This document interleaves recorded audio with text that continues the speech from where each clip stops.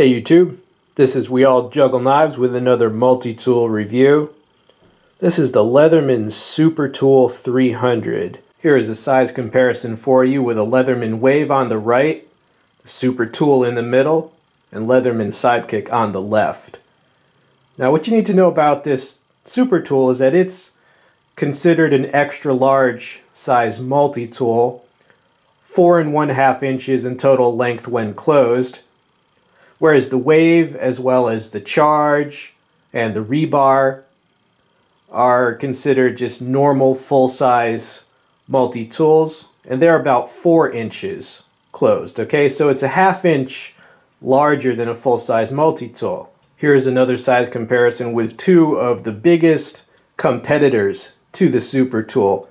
The Leatherman Surge on the left, Super Tool in the middle, Victorinox Swiss Tool X on the right. You can see this is the cream of the crop, some of the most popular multi-tools in this 4 1/2 inch size category. One notable thing, the Super Tool is the least expensive of these three tools, okay? So it's kind of got that budget niche category. Other things to note, well, the Surge has one-handed opening on 4 of its longer tools. Right? The Super Tool and the Victorinox tool do not. But the Victorinox tool does give you access to all of the non-pliers tools while the tool is still closed.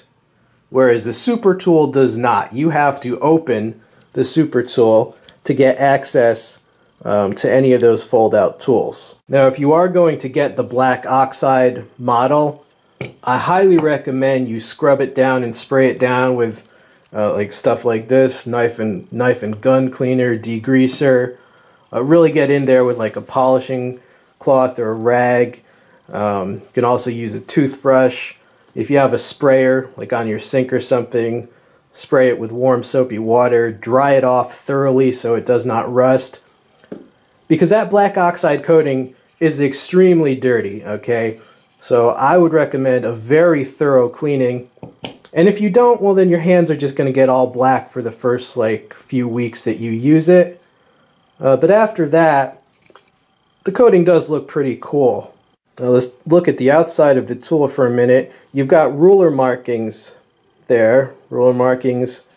All right, and the outside of the tool, it's very rounded here. It's actually very comfortable. All right, the outside of this tool. More comfortable, in fact, than the Surge because, you know, look at all the little edges and little bits going on here.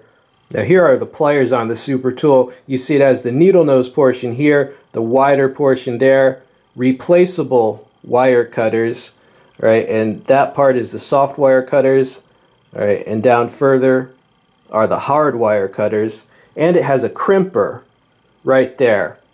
Okay, so you've got the pliers, but the pliers is really basically 5 separate tools in one composing the pliers. Now all tools, both the long and the short ones, lock in place via this structure there. All right, you see that locks in place.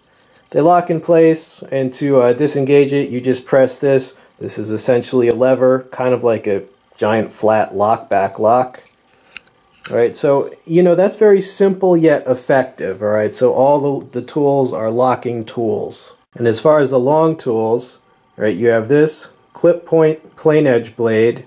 You have a file. It is a double-sided file, right? But it does not have the diamond coating, right? Rather, it has one side with diagonal line pattern, the other with a crosshatch pattern, right? So there is the file, and also this surface as well can be used to file. They also give you a serrated blade, right, with the Warncliffe type tip, and they give you a wood saw. All right, so those are the 4 longer tools. Notably absent is scissors. They do not give you scissors. As for the blades that they give you, these are both 420HC steel, which is a perfectly fine steel. Used in buck knives like the Buck 110. Now, does it make sense to give you these 2 blades?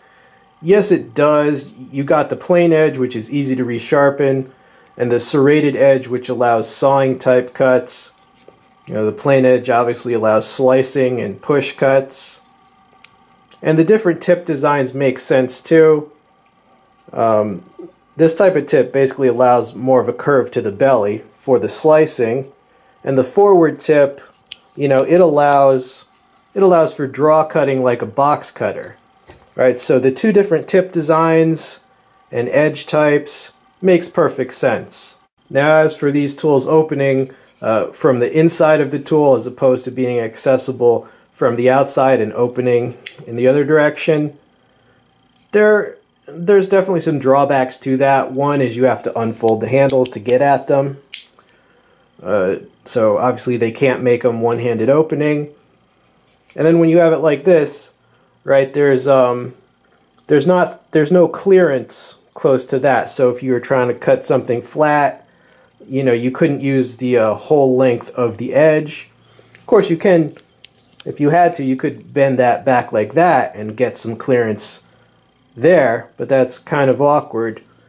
So yeah, some definite drawbacks to that engineering. As far as the shorter tools, we have a 3D Phillips screwdriver with a fairly long shank on that, and we have small size flathead screwdriver, and this is a combination bottle opener and can opener, right? And it also has a wire stripping notch built into it. And on the other side we have a medium sized flathead screwdriver, a large flathead screwdriver, a reamer, and a lanyard loop. So just to go over, you have 4 screwdrivers, right? Large, medium, and small flathead, and then a 3D Phillips. Now what you do not have is a micro screwdriver. All right, you do not get a micro screwdriver on this. The Super Tool also has a few kind of hidden benefits compared to the Surge. For example, you know, which of these has longer reach?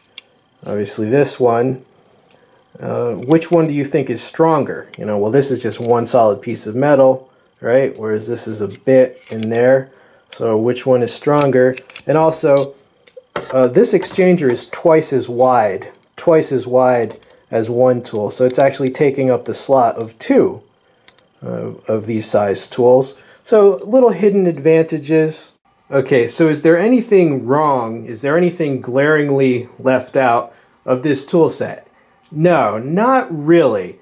They do leave out the scissors, but that's not as big or serious an omission as leaving out some of the other tools would be, because there are so many ways to carry scissors separately that many people do. For example, the Leatherman Micra. I mean, a lot of people have this on their keychain, and so if they had scissors here too, it could be redundant.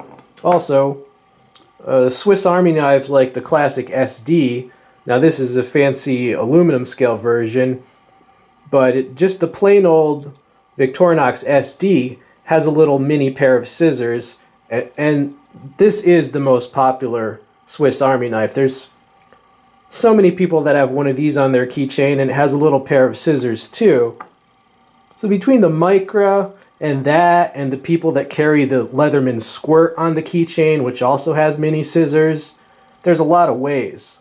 It is also worth noting that in addition to scissors, the Micra has a nail file and nail cleaner, which this does not have, tweezers, which this does not have, and a micro or mini screwdriver, a size which this does not have. So there's not a lot of redundancy. If you carry this on your keychain, you're getting 4 extra little tools that this doesn't have. So these make a really good combination, a really good pair. All right, it comes with this leather sheath, right? And yeah, not the greatest sheath in the world, but that's what it comes with. It's a button closure. I think they also, some of them I think ship with a nylon sheath. Now mine had the leather sheath, but I have this nylon sheath from my Surge, and this is also, I think it's the same one they use on the Wave as well, so I'm assuming that the nylon one is probably very similar to this sheath here. So let's just show that. All right, so if you got one with a nylon sheath, it would look something like this. Okay, so those moly compatible. So those are the two sheath options. One of the biggest questions when considering Super Tool 300 is, what about the surge? Should you just get the surge? Well, the surge is about $90 to $100. All right, the Super Tool, I checked the price this morning. The price on Amazon is about $65. If you want the black oxide model, it's going to be $5 to $10 more. All right, but let's say you got the satin model, $65 versus $90 to $100. Is it worth it to save up and get this? Well, in a nutshell, this gives you 4 tools that you can access without opening the handles. And these are all also one-handed opening. All right, and it also gives you a blade exchanger that accepts a file or a saw, which then allows them, right, to put scissors with some long reach on the main tool. However, the surge is just more complicated. I mean, this has 2 locks, relatively simple locks, which are basically just levers, you know. On the other hand, this has 6 locks. Right, it has 2 locks here for the smaller tools, and then each of these main tools has what is essentially a liner lock. All right, so 2 of these locks and then 4 liner locks. That is quite complicated. And if you study engineering or mechanics at all, you know that it's always a balancing act between keeping something simple, reliable, easy to make, and easy to fix, versus adding complexity and complexity and complexity in order to get more capabilities and performance. Okay? I can appreciate both approaches. A fighter plane is very complex, but it can do some incredible things. Right? On the other hand, think of a very simple, reliable machine. I'm sure you can think of a vehicle or a firearm that's known for simple reliability. That definitely is a valid approach as well. And just to bring that point home, when I first got this, it needed adjustment. It needed adjustment to a pivot. And pretty much what happened, I think, is that these scissors, when they tested it at the factory, the scissors wouldn't lock up reliably, and so they loosened the pivot. But they didn't check for how much blade play they put onto it. And so when I got this, the pivot was so loose that the blade play was unacceptable on both this blade and the scissors. Right? And you know, that's just an example of the complexity of having 4 liner locks, right? The scissors were cut a little too long. All right, that's why it wouldn't lock up, because the scissors were cut a tiny bit too long. And then they try to fix it by loosening the pivot. And whereas this, it was perfect. Right out of the box, it didn't need adjustment. It just functioned right out of the box. There's something to be said for simplicity and reliability. You know what they say, keep it simple. I mean, look in there. All right, look in there. There's a lot of places for dirt and crud and filth to get in there. Are there not? Lots of little pieces that all have to work. Right? They changed the design of this blade exchanger. They changed that design, you know, because it's a complicated, relatively complicated thing. Like this part, you have to push that off and pull it out to put in the file. You know, the more complicated you make something, the more things can go wrong. That's all I'm saying. But this still has more capability when it works right. And that's why this is more expensive, you know. So yeah, there's pros and cons to everything. You like the Super Tool 300 and you might be wondering, is it okay if I like it and I buy it. You know, are people gonna laugh at me because I don't have the most expensive one? I don't have the one-handed opening one, you know, with all the bells and whistles.